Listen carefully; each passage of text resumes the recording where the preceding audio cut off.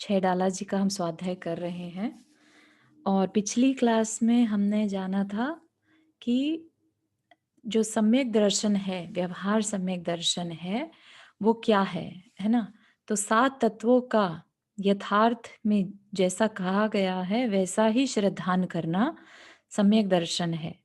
तो फिर बताने लगे कि कौन-कौन से 7 तत्व हैं, ठीक है ना? तो फिर हमने जाना था जीव के बारे में, अजीव के बारे में, है ना? जीव के बारे में तो पहले ही बता दिया था, 3 तरह के जीव आत्माएँ हैं, बहिरात्म, अंतरात्म और परमात्म, ठीक? फिर अजीव के बारे में, अजीव में जो द्रव्य हैं 6 द्रव्य में से 5 ले लिए थे, पुद्गल, आकाश, धर्म-अधर्म और काल, ठीक है? तो उस अजीव भी हमने जान लिया। अब अजीव के बाद जो तत्व आता है, कोई बताएगा कौन-सा तत्व आता है? एक सीक्वेंस है इन तत्वों की, ऐसा नहीं कि आप आस आगे-पीछे। हाँ, आश्रम। बहुत आश्रम आया। सुंदर। हाँ, बहुत सुंदर। आश्रव, है ना? और आश्रव क्या है? कोई बताएगा? आश्रव क्या है? क्या होता है आश्रव में? कर्मों कर्म का के आना। बाद कि रुकना कर्मों का। कर्मों का आना, रुकने का बंध में आ अच्छा, जाएगा, वो बाद में। है ना? अच्छा, हाँ, कर्म का हाँ, आना। सिर्फ आना, आश्रव, श्रव मतलब रिसना, है ना? तो आश्रव, अब वो बता रहे हैं कि ये आश्रव पहली बात तो जीव बता दिया, अजीव बता दिया। लेकिन अब ये जो अजीव है यानी पुद्गल है, क्योंकि कर्म परमाणु भी क्या है? पुद्गल है ना? तो वो पुद्गल आत्मा के साथ क्या करते हैं, राइट? तो वो क्या करते हैं? आश्रव, आश्रव कर्मों का आश्रव कहाँ पर होता है? आत्मा में होगा तभी तो जीव भटक रहा है, नहीं तो कर्म पड़े रहे अपने यूनिवर्स में, कर्म जितने मर्जी पड़े रहे, उनसे कोई हमें तकलीफ नहीं है। कर्म वर्गणाएं हर जगह ठसाठस भरी हुई हैं, लेकिन जब तक ये हमारी आत्मा से नहीं चिपकते, है ना, तब तक ये हमारे अ, तब तक ये हमारे को कुछ नहीं कह सकते, ठीक है ना? तो इसलिए हमें आश्रव को समझना है कि ये आश्रव क्या है। Just a second. तो अब आश्रव के बारे में जानेंगे। तो क्या कह रहे हैं? यो अजीव अब आश्रव सुनिए।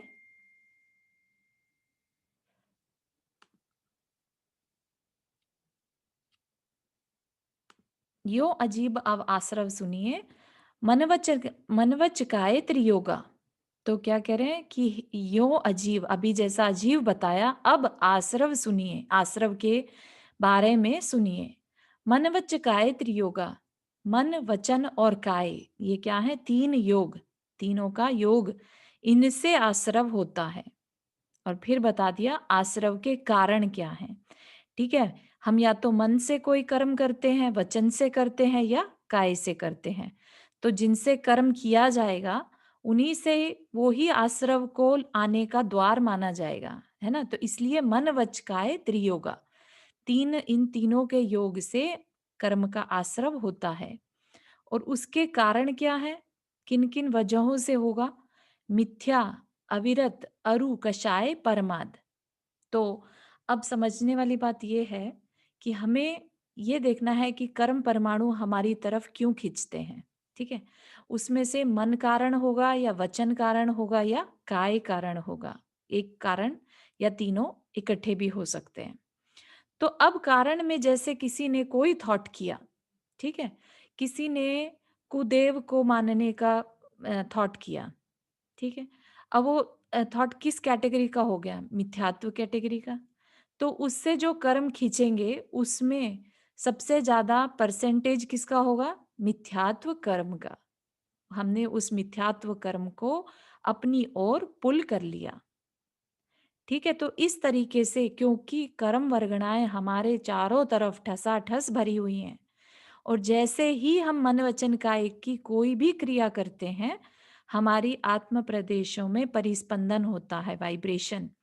जैसे कि मैग्नेट लोहे को अपनी तरफ खींचता है, ऐसे ही हमारे आत्म प्रदेश में जो परिस्पंदन होता है, वाइब्रेशन, वो कर्म परमाणुओं को जैसा हमने वाइब्रेशन किया, जैसा मन वचन काय का हमने परिस्पंदन किया, वैसे कर्म परमाणु उतनी शक्ति के साथ, उतने समय, जितनी तीव्रता से हमारी वाइब्रेशन होगी ना, अच्छी वाइब्रेशन है तो अच्छी प्रकृति के कर्म आ जाएँगे। बुरी वाइब्रेशन है तो बुरी प्रकृति के वाइब्रेशन आ जाएँगे। ठीक है? तो पाप पुण्य बाँधने वाला कौन? हम खुद, है ना?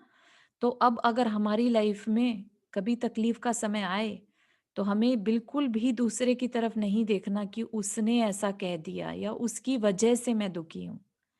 जितने भी अपनी लाइफ के एक्सपीरियंसेस हैं, वेदनीय कर्म किसका उदय में आता है? हमारा, है ना? हमारा अगर असाता कर्म का उदय है, तो सामने वाला बैठा-बैठा भी हमें तकलीफ देने लगता है। हमें बिना वजह की एक इरिटेशन सी फील होने लगती है। तो ये क्या चल रहा है? क्यों? क्योंकि हमारे असाता कर्म का उदय चल रहा है। और ऐसे ही हमारे साता का उदय हो, तो कितना भी खराब समय हो, हम उसमें भी अच्छा ढूँढ लाते हैं। ठीक है ना? तो इसलिए बिल्कुल भी ये बात समझिएगा कि हमारे स्वाध्याय का फ़ायदा तभी है, जब आप इन चीज़ों को अपनी लाइफ़ में अप्लाई करेंगे। और लाइफ़ में कैसे अप्लाई करना? दिन भर हमारा क्या ध्यान रहता है? बाहर की तरफ, ठीक है ना? कि ये खाना मुझे आज मिल गया तो बहुत अच्छा था, या ये मैं आज यहाँ घूमने चले गई तो बहुत अच्छा था, या इसने मेरी तारीफ कर दी तो बहुत अच्छा हो गया, या इसने मुझे कुछ कह दिया जो मुझे नहीं अच्छा लगा तो पूरा दिन खराब हो गया, है ना? तो हम सारी चीज सारा दिन किस में उलझे रहते हैं? बाहर में, कि उसने ऐसा कर दिया, ये चीज देख ली तो अच्छा लग गया, नहीं तो बुरा लग रहा था। तो अब हमें क्या सीखना है यहाँ से, कि जो भी अच्छा या बुरा है उसका सबका कारण मेरे कर्म खुद हैं। ठीक है, मैंने ही कभी उनका आश्रव किया था, मैंने ही उनमें फल देने की शक्ति को डाला था। कैसे डालते हैं हम फल देने की शक्ति को? अपने इंटेंसिटी से, कितनी इंटेंसिटी के साथ हमने वो कर्म बांधा। कई बार होता है ना कि हम थॉट करते हैं और थॉट में वो बात चली जाती है, हम उस पे एक्ट नहीं करते। ठीक है ना? तो अब अगर वो बुरा थॉट हो और उस पे एक्ट नहीं किया, तो वो बुरा फल कम, उसमें फलदान शक्ति जो है बुरा देने की कम पड़ेगी। ठीक है? ऐसे ही हम अच्छा कार्य कोई सोचें और ना करें, तो उसमें अच्छा फल देने की शक्ति कम पड़ेगी। लेकिन अगर हमने बुरा सोचा भी और बुरा कर भी दिया, ठीक है ना? तो अब जो कर्म परमाणु खींचे, क्योंकि परिस्पंदन तो निरंतर हो रहा है, 24/7 परिस्पंदन हो रहा है। क्यों? क्योंकि हम मन, वचन, काय की क्रिया निरंतर कर रहे हैं। 1 सेकंड, 1 क्षण के लिए भी। अगर आपको याद हो, हम उत्तर पुराण में पढ़ते हैं ना कि उन्होंने योग निरोध कर दिया। ठीक है? तो वो योग निरोध क्या है? कि उनकी अब मन, वचन, काय की क्रिया बिल्कुल रुक गई। अब जब बिल्कुल रुक गई तो उनका आसरव रुक गया। आसरव रुक गया तो अब कर्म बचे। पहले वाले जो कर्म थे उन्होंने निर्जरा कर दी तब से, और जो नए थे वो आ ही नहीं रहे हैं। ठीक है? लेकिन हम जैसे लोग, आप जैसे लोग, है ना? इवन मुनि महाराज जो हैं, हम सब निरंतर 24/7 मन, वचन, काय की क्रिया करते हैं और कर्मों का आसरव करते हैं। अब उसमें से कर्म किस कैटेगरी का बंधेगा, उसके ये 5 कारण बता दिए, कि या तो वो मिथ्यात्व का बंधेगा, मिथ्यात्व के कारण होगा, या अविरत के कारण, या कषाय और प्रमाद के कारण। ठीक है? तो हम इसको आगे देखते हैं। समझ में आ रहा है यहाँ तक?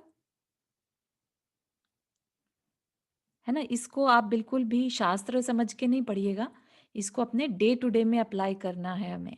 क्योंकि हम अपनी कषाय करते हैं, प्रमाद करते हैं, अविरति करते हैं, मिथ्यात्व, और निरंतर कर्म बाँध रहे हैं। चारू हाँ जी, आंटी जी। अविरति क्या है? हाँ, बताते हैं अविरति क्या है? तो मिथ्यात्व से शुरू करेंगे, मिथ्यात्व को हमने बहुत अच्छे से पढ़ा था, है ना? मिथ्या हाँ, हाँ, दर्शन। हाँ। अविरत क्या है? अविरत है असंयम अवस्था, जब हमारी इंद्रियों पर हमारा कंट्रोल नहीं है, वह है अविरत। जब हम व्रती ना हो, व्रत ना लें, किसी तरह का नियम, संयम ना रखें, ठीक है? जब हम हिंसा आदि कार्यों में लगे हों, वो अविरत है। जैसे हिंसा आदि अणुव्रत ले लेते हैं ना, 5 अणुव्रत या 5 महाव्रत, है ना? हुँ, तो जो ये व्रत ना ले, वो अविरत, अच्छा। है ना? व्रत का उल्टा अवरत। हुँ, हुँ, उसको हुँ। कह देते हैं, ये भाषा ऐसी है, अविरत। समझ तो गई। ये व्रत का उल्टा। ठीक ये है? आश्रव आश्रव तत्व के जो 5 भेद है ना, जी। वो द्रव्य कर्म के कनेक्शन में है ना? इसमें दोनों आ जाएँगे, भाव कर्म भी और द्रव्य कर्म भी, क्योंकि आश्रव जब एक्चुअल कर्म की वर्गणाएं पुल होती हैं, तो वो द्रव्य कर्म हो गया, है ना? द्रव्य आश्रव। और जब हम वचन, मन वचन काय की क्रिया कर रहे हैं, परिस्पंदन हो रहा है, तो वो हो गया भाव कर्म। अच्छा, ठीक है? सो जब तक पुल नहीं हुई, तब तक वो भाव कर्म। जैसी कर्म वर्गणाएं पुल हो गई, तो वो द्रव्य कर्म बन गया। बट बाकी के मिथ्यात्व, अविरत, प्रमाद और कषाय, कषाय हम्म। भी हो सकता है भाव कर्म के बारे में, राइट? हाँ, हाँ, सब कुछ आएगा ये। मिथ्यात्व से रिलेटेड हमने कुछ मन वचन काय की क्रिया सिर्फ करी, है ना? अभी सिर्फ करी है। हम्म। उसके अभी कर्म परमाणु पुल नहीं हुए अभी, क्योंकि हम्म। जो भी समय लगता होगा, दोनों एक ही समय में भी होती हों, तो भी हम कह सकते हैं कि मन वचन काय की जो क्रिया करी हमने, वो हो गया भाव कर्म। और जो एक्चुअल कर्म परमाणु हमारी आत्मा प्रदेशों में आ गए, आश्रव हो गया, तो वो द्रव्य कर्म। और नो कर्म के बारे में तो नहीं है ना? हाँ, 9 कर्म तो निमित्त मात्र हैं, है हम्म। ना? तो वो निमित्त मात्र है, इवन शरीर भी हमारे लिए निमित्त है, तो वो भी 9 कर्म, किंचित मात्र से, है ना? मेन कारण जो है हमारे द्रव्य कर्म, भाव कर्म है। हाँ। हुँ, बिल्कुल सही। ओके, थैंक चलो यू। नो कर्म के बारे में दूसरी बार बोलो ना। हाँ, 9 कर्म आंटी 3 तरह के कर्म होते हैं, द्रव्य कर्म, भाव कर्म एंड 9 कर्म, ठीक है? नो कर्म सिद्ध सिद्ध भगवान जो हैं इन तीनों से रहित होते हैं, ठीक है? बराबर। तो द्रव्य कर्म हो गए, एक्चुअल जो कर्म परमाणु हैं, वो हमारी आत्मा से बंधे होते हैं जब, तो वो द्रव्य कर्म, अच्छा। ठीक है? और जो भाव रूपी हमारे जो कर्म है, या कह लो मन वचन काय की क्रिया है, वो भाव कर्म, क्योंकि कर्मों से ही भाव बन रहे हैं, है ना? तो भाव, वो भाव कर्म। और जो शरीर आदि निमित्त बनते हैं कर्म के, भाव कर्म और द्रव्य कर्म में, तो उनको नौ कर्म कहते हैं। तो ये अच्छा। भाव कर्म में राग द्वेष करना ये भी आ जाए ना शायद? हाँ जी, भाव कर्म में सब आ जाएगा। हम्म, यहाँ पर आ गया ना प्रमाद, कषाय, कषाय राग हाँ, द्वेष है ना? वही तो आएगा। मन वचन काय की क्रिया करना, वो भाव कर्म। एक्चुअल कर्म के परमाणुओं का आना, वो द्रव्य कर्म। ठीक है? हम्म। हुँ। तो कोई चारों में कन्फ्यूजन? योग, अच्छा कोई बोल तो नहीं रहा, एक मिनट सॉरी। नहीं, नहीं, नहीं, आई थिंक हो गया सबका। आप बोलिए रुक्मिणी जी। ये जो चार ये हुए, मिथ्यात्व, अविरत, प्रमाद, कषाय और हाँ जी। योग। हुँ। योग वही भाव वगैरह, जो ये मन वच काया, हाँ जी, हाँ जी। मन ये वचन काय की क्रिया योग। जैसे वो हम भगवानों का योग निरोध, हाँ, तो हाँ, मन वच उनका काय। योग हाँ, मन वचन काय का, तो वो योग ओके, में आता है। ठीक, ओके, थैंक मनोयोग, यू। वचन योग, काय योग। हुँ, ठीक, थैंक हुँ। ठीक है, तो आप पूछ रहे थे आंटी, आपको आंसर हो गया अविरत का? यू। हाँ, हाँ, हाँ, हाँ। हाँ, ठीक है, फिर नो नो प्रमाद। नो हुँ। नो कर्म फिर से बोलो एकदम से, सॉरी। 9 कर्म तो कुछ नहीं है, मतलब 9 कर्म है जो कर्म के भाव कर्म और द्रव्य कर्म का कारण बन जाते हैं। अच्छा, अच्छा। कि अभी हम हैं जैसे, हम बिना शरीर के तो कर्म नहीं बांध सकते थे ना। नहीं। शरीर कारण बन गया उसमें, है ना? निमित्त बन गया, तो इसलिए हाँ, शरीर को नो कर्म कहते हैं। अच्छा, अच्छा, अच्छा, अभी ठीक है? समझा। हाँ, क्योंकि उसके बिना हम कर्म बांध नहीं सकते थे, हम्म। है ना? लेकिन शरीर खाली हो और कोई क्रिया ना हो, तो भी हम कर्म नहीं बांध सकते। तो इसलिए शरीर खाली होने से कोई उसको इसलिए नो कर्म में कहा है, किंचित, थोड़ा-सा उससे वो एक्चुअल कर्म नहीं बांध रहा है। अच्छा, शरीर अच्छा। खाली हो तो उससे ज़रूरी नहीं है कि कर्म बंधेगा, लेकिन किससे कर्म बंध रहा है? कर्म रियली में एक तरह से हमारी कषाय, प्रमाद, अविरत और मिथ्या के कारण हो रहा है। हम्म। ठीक है ना? शरीर तो क्या है? मन, वचन, काया की क्रिया करने का साधन है। ठीक है? लेकिन कारण क्या है उसके पीछे? भाव कर्म और द्रव्य कर्म होने का? मिथ्या, अविरत, कषाय और प्रमाद। बहुत। ठीक है? अब प्रमाद क्या है? ठीक है? प्रमाद है जब आत्मा की धर्म आदि क्रियाओं में रुचि का न होना, प्रमाद है। जैसे अब बहुत सब लोगों को आपने नोटिस किया होगा कि राजनीति की बातें करना, भोजन की बातें करना, इधर-उधर की बातें करना, है ना? तो इस बातें करने में या गॉसिप करने में हम क्या चीज़ लूज़ कर रहे हैं? वो समय को हम आत्मा के कल्याण में लगा सकते थे। राइट? अच्छा। लेकिन हमने क्या किया? हमने वो समय को बर्बाद कर दिया, तो वो प्रमाद कहलाता है। जैसे हम सो गए, या फिर कषाय भी प्रमाद के अंदर ले ली जाती है कई जगहों पर। ठीक है? तो हम जैसे किसी पर गुस्सा कर रहे हैं, तो जहाँ कहीं पर भी हम अपनी आत्मा के कल्याण से दूर हो जाएं, वो प्रमाद कहलाता है। ओह! ठीक है? तो यहाँ पर प्रमाद सिर्फ आलस से नहीं लेना। आलस किन चीजों में? जहां आत्मा के कल्याण में इंटरेस्ट ना हो, वो अच्छा। प्रमाद। ठीक है? हुँ। हम्म। कषाय सबको मालूम है, क्रोध मान माया लोभ। हाँ। ठीक है? संसार को बढ़ाने का कारण। और योग, 3 योग, मन वचन और काय। ठीक है? तो ऐसे 5 भेद हो गए आश्रव। योग का डेफिनेशन ज़्यादा करो तो योग मतलब हाँ, मन वचन काय। हाँ, योग 3 प्रकार का हो गया ना। अच्छा। हाँ, तो ये मन से, पर आई थिंक वचन से और काय योग से। Means time. नहीं नहीं, योग मतलब जोड़ होता है वैसे, है ना? अच्छा, हाँ, हाँ, योग, हाँ, है ना? जोड़ करना। तो जोड़ किनका करना जोड़? है। मन वचन राइट, और राइट, काय का। एग्ज़ैक्ट। हम्म। ठीक ओके, है? तो जो ये प्रमाद है तो ये 15 प्रमाद होते हैं, राइट? हाँ तो ये जी। 4 कषाय, स्नेह, निंद्रा और 4 विकथा और 5 इंद्रिय, तो ये इंद्रिय 5 विषय। इंद्रिय कैसे है? इंद्रियों के कारण ही हम इधर उधर दिमाग लगाते हैं ना। इंद्रिय विषयों में अगर इंटरेस्ट ज्यादा रहेगा, तो आत्मा में नहीं रहेगा। ठीक है ना? तो राइट, ओके, इसलिए इंद्रियों को रखा यहाँ पर। ओके, ओके, ठीक या है? हम्म। या थैंक यू। चलो, तो हम आगे देख भी सकते हैं। आश्रव के भेद हमने जाने। ठीक है? तो मिथ्यात्व क्या है? जीव आदि पदार्थों का विपरीत श्रद्धान करना। तो अब समझ में आ गया मिथ्यात्व हमारे लिए कितना डेंजरस है। हुँ, मिथ्यात्व के कारण आश्रव होता है, और ऐसा आश्रव जिसका कि जो एक तरह से मदिरा के समान असर दिखा रहा है। ठीक है? तुम अच्छा। कौन हो ये पता ही नहीं चलने देगा कभी। कभी ये जानकारी होने ही नहीं देगा कि आश्रव इन 5 कारणों से हो रहा है, क्योंकि हुँ, आश्रव वर्ड पर इंटरेस्ट ही नहीं जाएगा।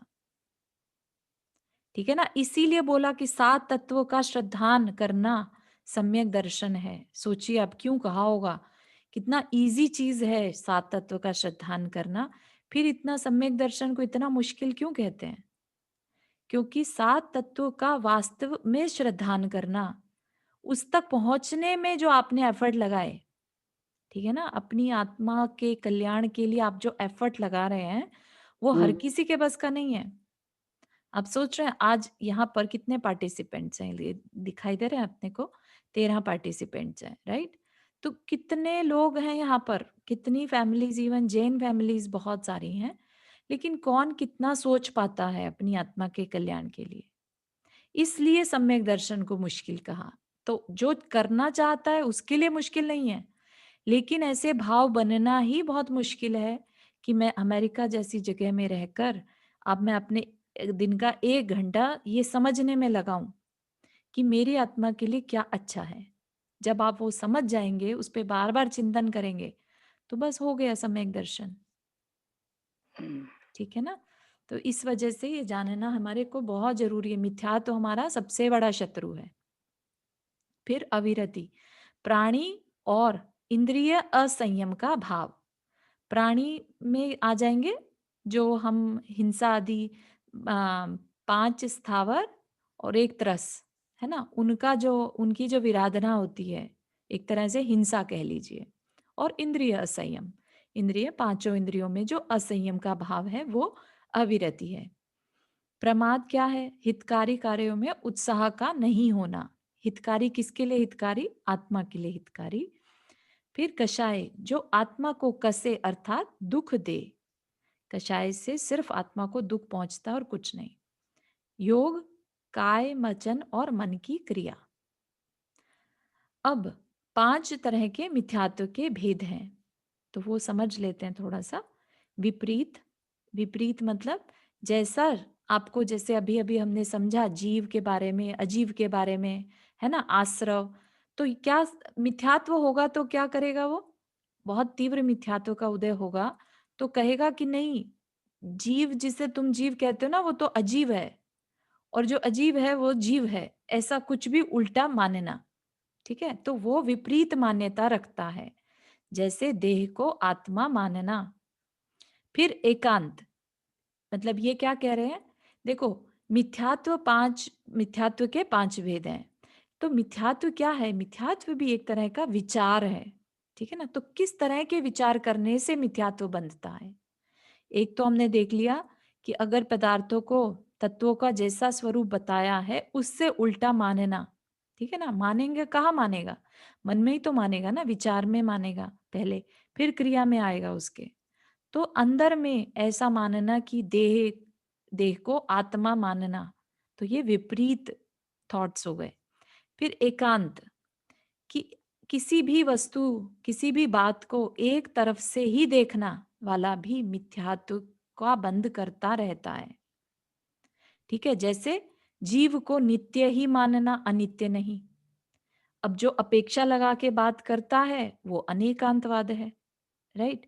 लेकिन जो एक ही तरीके से बात को कहता है कि ऐसा ही है, तो वो एकांतवाद। और एकांत क्या करता है? मिथ्यात्व का बंद करवाता रहता है।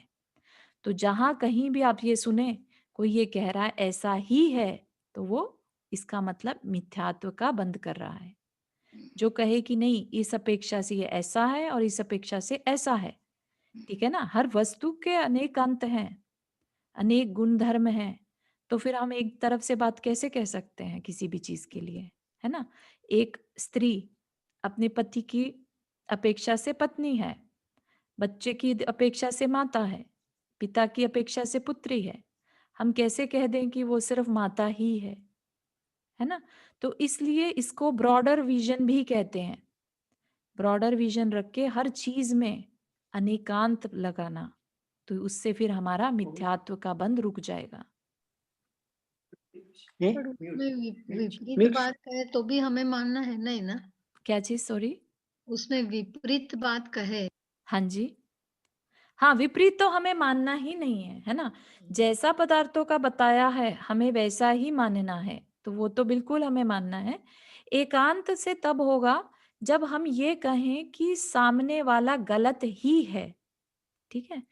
गलत ही है तो गलत हो जाएगा ना, वो किसी अपेक्षा से, उसकी अंडरस्टैंडिंग की अपेक्षा से तो वो सही है ना। हाँ, बट फॉर भले ही एग्जाम्पल उसकी अंडरस्टैंडिंग हमारे हिसाब से गलत है, लेकिन अपेक्षा लगाएंगे तभी हम उसकी बात को कह सकते हैं कि हाँ, हमारी अपेक्षा से वो गलत है, लेकिन उसकी मान्यता में, उसकी अपेक्षा से वो सही है। इसलिए हर जगह अनेकांत को लगाना।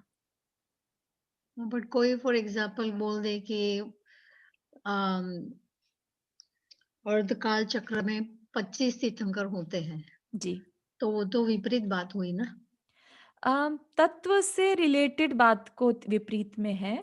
ये जो 25वें तीर्थंकर हैं, तो ये शंका में आ जाएगा, आगे चल के आपको बताएंगे। शंका आदि जो सम्यक दर्शन के दोष हैं, ठीक है ना? जो 8 गुण होते हैं सम्यक दर्शन के, उनका ये अतिचार हो जाएगा, उसमें आ जाएगा। तो आप उसमें ये बात मिथ्यात्व में नहीं ऐड कर सकते कि वो 25 कह रहा है और हमने अगर उसे मान लिया तब मिथ्यात्व है। हम कह दे कि हाँ, सही कह रहे हैं, मिथ्यात्व है।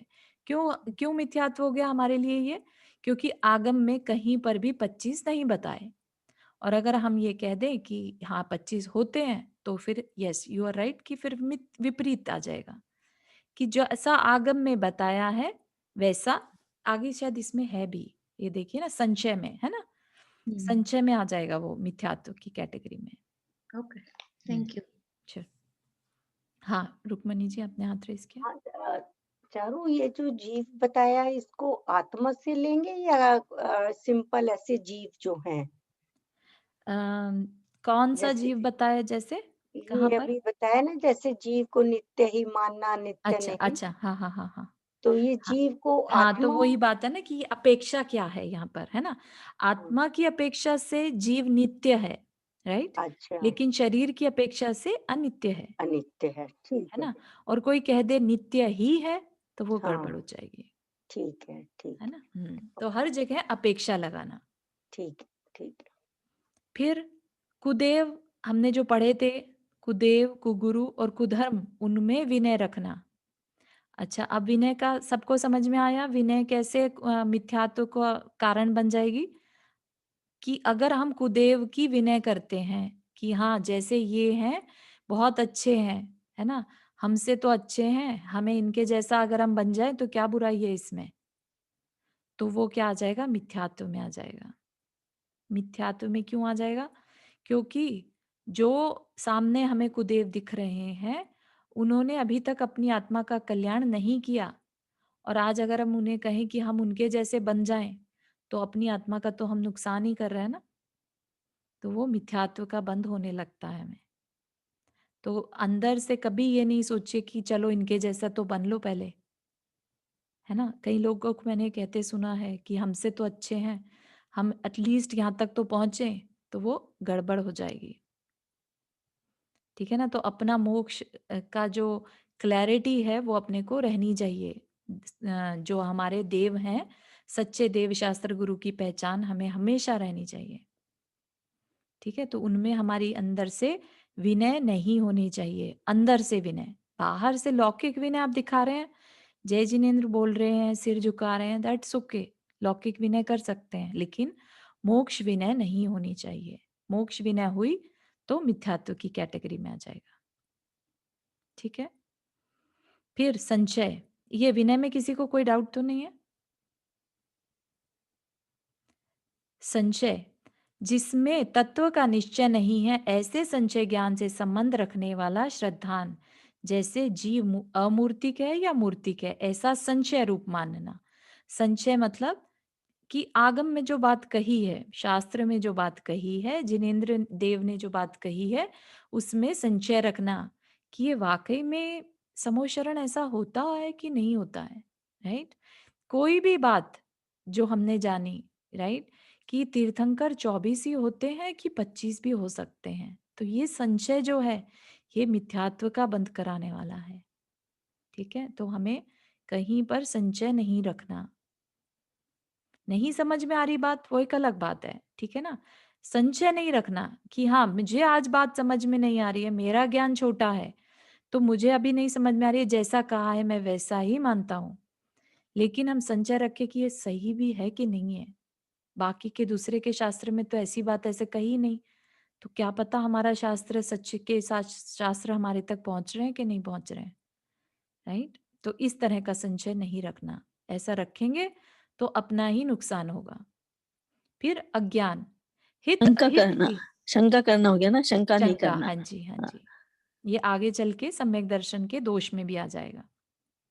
अज्ञान, हित अहित की परीक्षा से रहित होना, अज्ञान अज्ञानिक मिथ्या दर्शन है कि भाई हमें तो पता ही नहीं है ना? ऐसा अज्ञान भी नहीं कर सकते कि हम कुदेव को मानते रहें और कहें कि हमें तो पता ही नहीं था।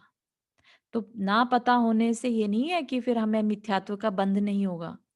कई लोग कहते हैं ना कि भाई हमें तो पता ही नहीं था, तो क्या हमें कर्म बंधेगा? बिल्कुल बंधेगा। ठीक है ना? तो अज्ञान, जैसे कोई मर्डर कर दे और सोचे कि मेरे को सजा ना हो क्योंकि मुझे तो पता ही नहीं था मर्डर की सजा जो है वो बहुत बड़ी बुरी सजा होती है, राइट? तो लॉ किसी को नहीं छोड़ता, तो इसी तरह कर्म भी तो लॉ ही है ना, तो उसमें अज्ञानता नहीं चलती। ठीक है? फिर प्रमाद की बात कर रहे थे, हमने अभी देखा था प्रमाद में 4 विकथा। विकथा क्या? व्यर्थ की कथा। ठीक है? जैसे राज कथा हो गई, चोर कथा हो गई, जैसे टैक्स की चोरी की बहुत सब लोग बातें करते रहेंगे घंटों कि कैसे पैसा बचा सकते हैं इधर उधर, राइट राइट। फिर राज कथा, पॉलिटिक्स की बातें, फिर भोजन कथा, भोजन के बारे में कहानी करते रहना। तो इस तरह से अपना टाइम वेस्ट करना। चौथी कथा कौन सी होगी वो मुझे अभी याद नहीं आ रही है। स्त्री कथा, हाँ, स्त्री कथा। स्त्री चोर कथा। कथा। चोर कथा तो हो गया, स्त्री कथा, है ना? जी। दूसरी स्त्रियों के बारे में बात करना। तो ये 4 भी कथाएं, टाइम का कंप्लीट वेस्ट करना। तो वेस्ट करके क्या कर रहे हैं हम? अपनी आत्मा से जितनी देर के लिए हम बातें कर रहे हैं बाहर में, उतनी देर के लिए हम आत्मा के कल्याण में इंटरेस्टेड नहीं है, इसलिए प्रमाद में रखा। फिर 4 कषाय, कषाय हमें ऑपोजिट ले जाती हैं आत्मा से, इसलिए 4 कषाय को प्रमाद के अंदर ही रख दिया। 5 इंद्रिय के विषय, ठीक है ना? इंद्रिय अगेन हमारी इंद्रियां बाह्य हैं, राइट? शरीर के साथ आई हैं, शरीर के साथ ही चली जाएंगी। तो आत्मा के अंदर इंटरेस्ट ना रखने से और 5 इंद्रियों के विषय में इंटरेस्ट रखने से प्रमाद हो गया। और फिर निद्रा, अगर जब हम बहुत सोते हैं तो वो प्रमाद में आ जाता है। और स्नेह, स्नेह जैसे जो प्रेम किसी के साथ संबंध बन जाते हैं बाह्य में, तो उससे भी हमारा समय बहुत वेस्ट होता है, ठीक है ना? तो एक क्वेश्चन है जी। चारू जी, हम्म। इसमें 4 कसाई प्रमाद में शामिल किए हुए हैं, राइट? जी। एंड देन ऑल्सो प्रमाद 5 जो आश्रव तत्व के जो 5 प्रकार है हाँ जी। उसमें भी कसाई है, तो हाँ दोनों जगह पे कसाई का मीनिंग क्या होता है? हाँ, दोनों में सेम ही रहेगा, कषाय सेम ही है, बस ये है कि वो प्रमाद का भी कारण है, इसलिए उसको इसके अंदर भी डाल दिया 4 कषायों को, ठीक है? और कषाय अगर सेपरेट ले कि कषायों से आश्रव होता है, तो उसको बाहर में भी दे दिया, ठीक है? अच्छा, ये सिर्फ हाँ कहने का, समझाने का तरीका है। तो कहीं कहीं पर इसको बाहर लेते हैं और कहीं पर इसको साथ में प्रमाद में ले लेते हैं। Okay, hmm, thank you. चल जी सपना जी। तो ये जॉब करना और ये जो हम अपना जीवन चर करने के लिए जॉब वॉब करते हैं, वो भी प्रमाद में आ जाएगा? हाँ, बिल्कुल प्रमाद में आएगा, क्योंकि हम क्या कर रहे हैं, 5 इंद्रियों के विषय के लिए भाग रहे हैं, है ना? कषाय कर रहे हैं इसमें भी हम, फिर वहाँ जहाँ जॉब कर रहे हैं वहाँ भी विकथा भी करते हैं हम, है ना? तो बहुत ज़्यादा समय हमारा वो प्रमाद में ही जाएगा। लेकिन लेकिन क्योंकि गृहस्थ हैं, तो या अगर आपको ध्यान हो, और अर्थ, काम और धर्म, ये 3 पुरुषार्थ गृहस्थ के लिए बताए हैं, ठीक है? तो अब जितना समय लाइक बोलते हैं ऐसे 8 घंटे धर्म, 8 घंटे काम और 8 घंटे अम, अर्थ, ठीक है? अब कोई बहुत ही ज्यादा सिर्फ कर्म में धन कमाने में ही लगा रहे, 10-12 घंटे की जॉब कर रहे हैं, फिर आके भी ऑफिस का काम कर रहे हैं या पैसे के बारे में ही सोच रहे हैं, तो इसका क्या मतलब हो गया, उन्होंने डिसबैलेंस कर लिया अपनी लाइफ में। तो उसी हिसाब से फिर प्रमाद बढ़ गया, ठीक है? और फिर प्रमाद बढ़ गया तो आश्रव होगा, कर्म होगा। तो जैसी हमारी मन वचन काय की क्रिया होगी, अगर हम ऑफिस के बारे में निरंतर सोच रहे हैं, तो ऑफ कोर्स कर्म वैसे ही उसी कैटेगरी के बंधेंगे, ठीक है? लेकिन कई बार ऐसा भी होता है कि कोई मजबूरी में कि गृहस्थी चलानी है, मुझे इतनी मिनिमम इतना काम तो करना ही है, लेकिन जैसे ही वो काम खत्म हुआ, अब मुझे काम के बारे में नहीं सोचना, अब मेरा धर्म का पुरुषार्थ शुरू हो गया, ये मेरा काम पुरुषार्थ शुरू हो गया, है ना? तो वो उस हिसाब से फिर कर्म की कैटेगरी बदल जाएगी। तो ये अपने ओके। हाथ में है कि हम मन वचन काय की कैसी क्रिया कर रहे हैं। ओके। एंड अगर जैसे जैसे अभी तो हम 1 घंटा स्वाध्याय करते हैं, ठीक है? जी। अगर लेट्स सी आज ही हमारे पास क्लास नहीं होती हम्म। और हम अगर सिर्फ कोई स्तुति पढ़ रहे होते हैं और या फिर हम्म। चालीसा पढ़ रहे होते हैं अपने भगवान का, तो बिल्कुल। वो वो प्रमाद में मतलब वो भी हाँ, उसमें आएगा, राइट? नहीं आएगा उसमें। वो क्या है कि वो प्रमाद में इसलिए नहीं आएगा कि कहीं ना कहीं आप उससे ऐसा पुण्य बांध रहे हैं जो कल को आपके आत्मा के कल्याण में सहायक बनेगा, ठीक है ना? पुण्य भी 2 तरह के बताए थे ना, पुण्य 2 तरह के बंधते हैं। एक ऐसा पुण्य जो कल को पाप में ले जाएगा और एक ऐसा पुण्य जो कल को पुण्य ही करवाएगा, ओके, ठीक ओके। है? तो अब जब आप स्वाध्याय करते हैं या आप मंदिर जाते हैं या आप कोई भी स्तुति आदि पढ़ रहे हैं, ठीक है ना? नहीं है आपके पास टाइम स्वाध्याय का, आपने ये सोचा कि चलो मैं 15-15 मिनट दिन भर में डिस्ट्रीब्यूट करके मैं उतनी देर कोई स्तुति पढ़ूंगा, है ना? या प्रवचन सुनूंगा, तो वो बिल्कुल सेम ही कर्म बंधेंगे उसमें। ओके, जैसा मतलब हम भाव करेंगे वैसे ही कर्म हो जाएंगे, हाँ, राइट? हाँ, बिल्कुल, समझ आप? तो सब हम्म। कुछ हमारे भावों का खेल चल रहा है। जैसी हम मन वचन काय की क्रिया करेंगे वैसा ही कर्म बंधेगा। अब कोई कह ओके। दे कि हम शॉपिंग करने की सोच रहे थे, हम क्या किसी का ले रहे थे, राइट? तो अब आप बताइए कि कैसा कर्म बतेगा? सपना जी, आप प्रमाद वाला कर्म बनेगा। ऐसा क्यों सोचती हैं? क्योंकि हमारा दिमाग, हमारा मन अभी शॉपिंग में लगा है। अगर हाँ, वही 5 मिनट अगर हम अपने धार्मिक में लगाएं तो वो हमारे आत्मा में लगेगा। बहुत सुंदर आंसर है, बहुत ही सुंदर, हम्म, क्योंकि हम 5 इंद्रियों के विषय में लग गए, है ना? कि हम्म, शॉपिंग कोई क्यों करेगा नहीं तो, राइट? तो या हमने प्रमाद किया। और वही टाइम अगर हम ये सोचने में लगाते कि आज की क्लास में पता नहीं क्या पढ़ाया होगा, या चलो आज जो हमने उत्तर पुराण में इतने तीर्थंकर भगवान के पुराण पढ़े हैं, आज उनकी स्तुति करके देखते हैं, है ना? उनका हम्म, स्तोत्र पढ़ के देखते हैं क्या लिखा है। तो उस तरीके से आप उस चीज को, टाइम को यूटिलाइज कर सकते हैं। यूटिलाइज करें। टाइम सबके पास वही 24 आवर्स ही हैं, राइट? सबको सब अपने अपना आयु क्रम लिखवा के लाए हैं, लिमिटेड टाइम लिखवा के लाए हैं, राइट? अब उस टाइम को कैसे यूज करना, जब हमें पता हो कि ये, जैसे भारत में बहुत होता था कि पानी आएगा तो वो 2 घंटे के लिए आएगा, ठीक है ना? तो उसमें तुम्हें पता है लिमिटेड है, तो उसका हिसाब, उसी हिसाब से हम अपने जो डेली के स्केड्यूल है एडजस्ट कर लेते हैं, राइट?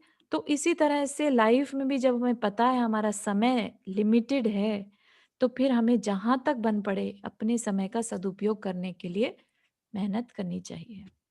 ये बहुत अच्छा। समय वापस नहीं आएगा। हम्म, और जब अब कभी भगवान, मतलब लेट से हम स्वर्ग जाते हैं तो अवधि ज्ञान हो जाएगा, ठीक है?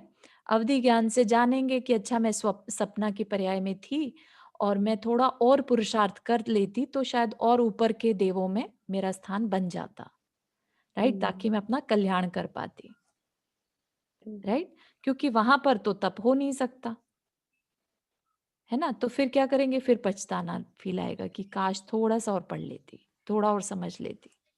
ठीक है, this is just an example, don't take it literal कि आपको टारगेट करके नहीं कहा जा रहा है, जस्ट और नहीं एग्जाम्पल नहीं के वाह, लिए, है ना?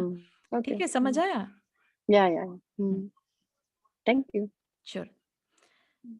ठीक है, तो आश्रव हो गया, किस किस चीज से हो गया? पहले तो ये बताइए कि आश्रव हो गया कर्मों का आना, है ना? आश्रव में कारण क्या बनता है, मेन कारण? मिथ्यात्व, अविरति, प्रमाद, कसाय और योग। बहुत सुंदर, बहुत ही बढ़िया। तो और ये क्या चीज है? क्या ये कहीं से हम लाई जाती हैं? हाँ, क्या है ये मिथ्यात्व, अविरत? इसे हमारे अंदर की, ये भाव हाँ क्यों आप उत्पन्न बोलिए। होना, राइट? हाँ हाँ हाँ हाँ, हमारे अंदर के ही भाव है भाव है, हाँ ना? अंदर की हम भावना। उन्हें चेंज कर लें तो अभी हम पाप का आश्रव कर रहे थे, और थोड़ी देर में अगर हम अपने परिणाम बदल लेते हैं तो पुण्य का आश्रव कर पुण्य रहे का हैं, स्रोत है। ठीक है ना? तो आश्रव क्या है? बेसिकली हमारे मन के थॉट्स जो हम चला रहे हैं अंदर में, हमारा जैसा इंटरेस्ट है वैसे उस हिसाब से आश्रव होगा। अब बताते हैं बंध, संवर, निर्जरा का लक्षण। आश्रव तक में किसी को कोई डाउट?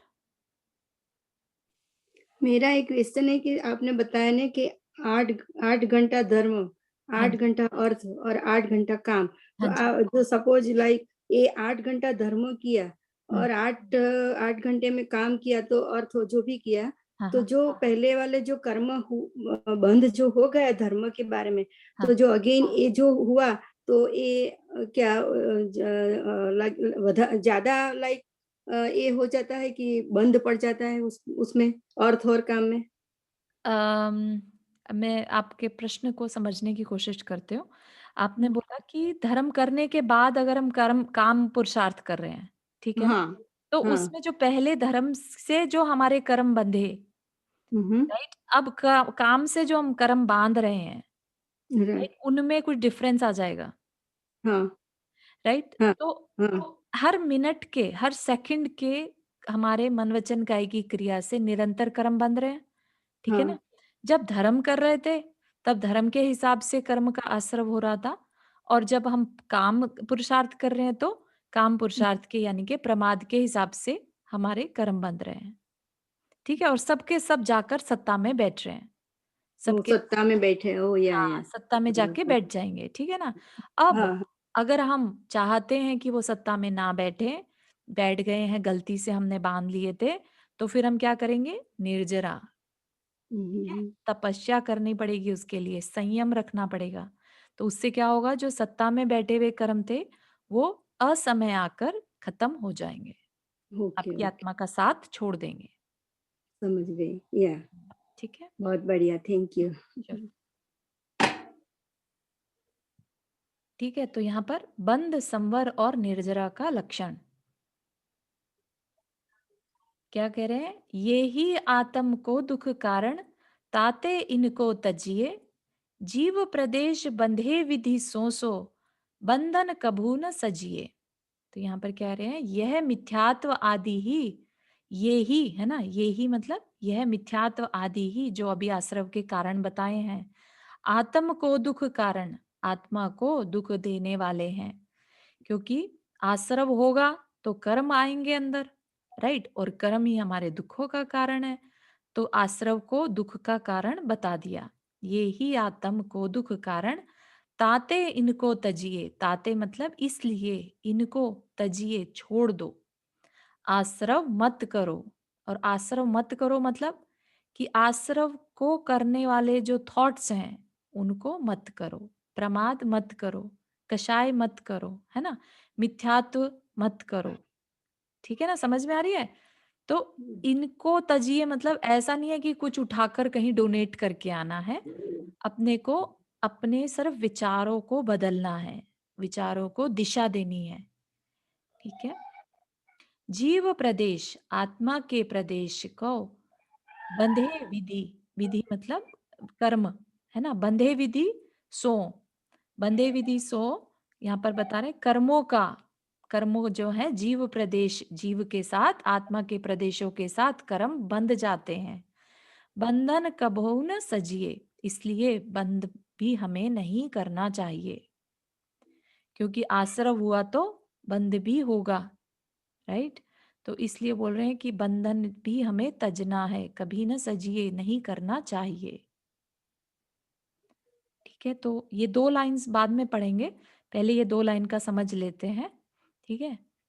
तो ये ही आत्मा दुख का कारण है, मिथ्यात्व आदि ही, आदि जो विचार हैं वो ही आत्मा के दुख का कारण है, इसलिए इनको छोड़ देना चाहिए।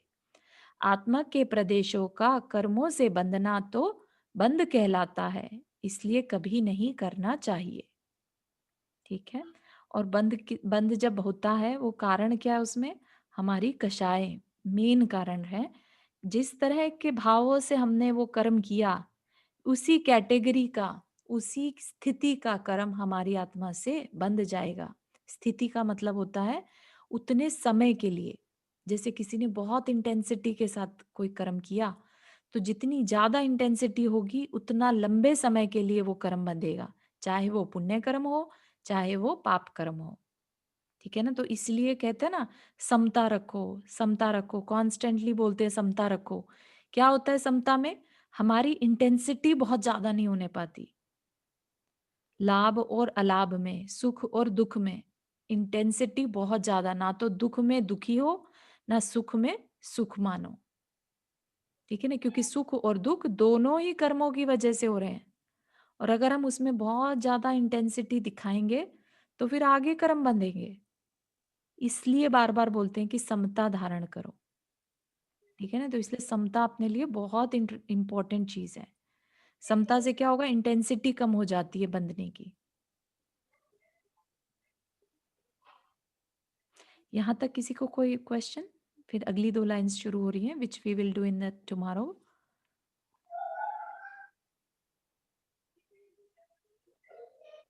पुण्यानुबंधी पुण्य कर्म से तो वो तो सुख का कारण भी हो सकता है ना। हाँ, होता ही है एक्चुअली। हाँ। पुण्य अनुबंधी पुण्य ही करना चाहिए, क्योंकि अभी जैसे आप मंदिर जा रहे हैं, पूजा करते हैं, तो उससे जो पुण्य मिल रहा है, ठीक है ना, आपके किसी पुण्य का उदय था जो आपका मन किया मंदिर जाने का, ठीक है, आपका मन किया पूजा करने का, मन किया स्वाध्याय करने का, तो ये पुण्य के उदय में हुआ। अब आपने ये काम करके और नया जो बांधा वो भी पुण्य बांधा। तो जब पुण्यानुबंधी पुण्य होता है तो वह पुण्य ऐसा होता है जो आगे चल के हमें आत्म कल्याण में कल्याणकारी हेल्प, जैसे कहते हैं ना, निमित्त बनेगा। आज जो आपका मन कर रहा है अपनी आत्मा के बारे में सोचने का, कल्याण करने का, तो वो आपका पिछला किसी पुण्यानुबंधी पुण्य के उदय से हो रहा है। ठीक है ना? और कसाई होता है कि किस किस तरह होता है? कषाय होता है तो कषाय हुआ तो क्या होगा? क्रोध करेंगे हम क्रोध या मान ये करेंगे, है ना? अब क्रोध करना तो कहीं से भी अच्छा नहीं होता। अब वो करेंगे तो क्या हो गया? वो हमारे पाप का बंध हो गया। ठीक है ना? तो इसलिए हमें उनसे बचना चाहिए क्योंकि पाप का जब फल मिलता है ना, अपन जब करते हैं पाप तब तो इतनी तकलीफ नहीं होती क्योंकि जब भी कोई गुस्सा कर रहा है, मान कर रहा है, उसको पता भी नहीं चलता कि वो गलत कर रहा है, राइट? लेकिन अच्छा। जब उसका फल मिलता है ना, तो वो बहुत तकलीफदेह होता है। क्यों? कैसे? क्योंकि जिसने कभी बहुत मान किया हो, आगे चलकर उसकी डिसरिस्पेक्ट होती ही होती है। ठीक है? और जब डिसरिस्पेक्ट होती है, तब तकलीफ बहुत होती है। क्योंकि मान तो गया नहीं और डिसरिस्पेक्ट हो रही है तो तकलीफ का कारण बन गया ना। तो पाप जब हम करते हैं उतनी तकलीफ नहीं देता जितना कि उसके फल में तकलीफ होती है।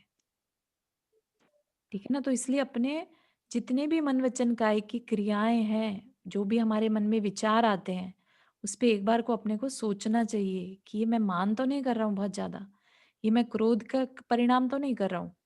क्या मेरा ऐसा कुछ कर सकता हूँ कि मैं थोड़ी समता रख लूं, थोड़े शांत परिणाम कर लूं? अभी अगली एक वाली गाथा में यही आने वाला है। संवर कैसे होगा? शमदम से। शमदम मतलब कषायों को कम करने से, है ना? शम मतलब उपशम या उनको कम कर दिया। तो अगर क्रोध को कम कर दिया तो संवर कर दिया हमने पाप कर्म का। अब हमारे अंदर पाप कर्म नहीं आएगा। हाँ, रुक्मणी जी। चारों जैसे कषाय जो हैं, जी। ये भावों से ही है कि या और चीजों से भी, जैसे हमारे गलत भाव हो गए या मतलब किसी के बारे में कुछ सोचना गलत, हाँ, हाँ। तो यही हाँ, चीजें सारी कषाय होंगी ना? हाँ, कषाय देखो 4 कैटेगरी बता दी ना। कषाय हाँ, है मन वचन वो क्रोध मान माया लोभ, ठीक है? हाँ, अब जो लोभ है ना, वो इतना छुपी हुई कषाय है कि आपको लगेगा कि आपने तो किसी को कुछ गलत कहा ही नहीं, हाँ, राइट? लेकिन फिर भी मन में विचार आने लगे, तो अब कर्म जो बंध रहे हैं वो मन वचन काय तीनों से बंध रहे हैं। ठीक है ना? तो हम्म, आपको लगेगा आपने मुंह से कुछ नहीं कहा, हाँ, लेकिन मन में थॉट आ गया, तो भी हमारे को कर्म बंध जाएगा। हाँ, ठीक है ना? तो और वो कर्म हम कितना भी कोशिश कर लें, जब तक कि उनमें ये 4 कषाय क्रोध, मान, माया, लोभ तो रहता ही रहता है। ठीक है? अब हम्म, एक चीज़ इसमें हम क्या कर सकते हैं कि ये जो लोभ है, एक अकेला एक लोभ ऐसा है जो प्रशस्त अप्रशस्त लोभ होता है। ठीक है? प्रशस्त क्या होता है? जैसे हम भगवान की भक्ति का भी तो लोभ ही है ना, कि हमें हाँ, अच्छा लग रहा है वो करना। ठीक है? हमें मंदिर जाने का लोभ है क्योंकि हमें लगता है कि हम पाप पुण्यानुबंधी पुण्य इकट्ठा कर सकें। ठीक है ना? हम्म, तो वो लोभ किस कैटेगरी में आता है? प्रशस्त, अच्छी कैटेगरी में।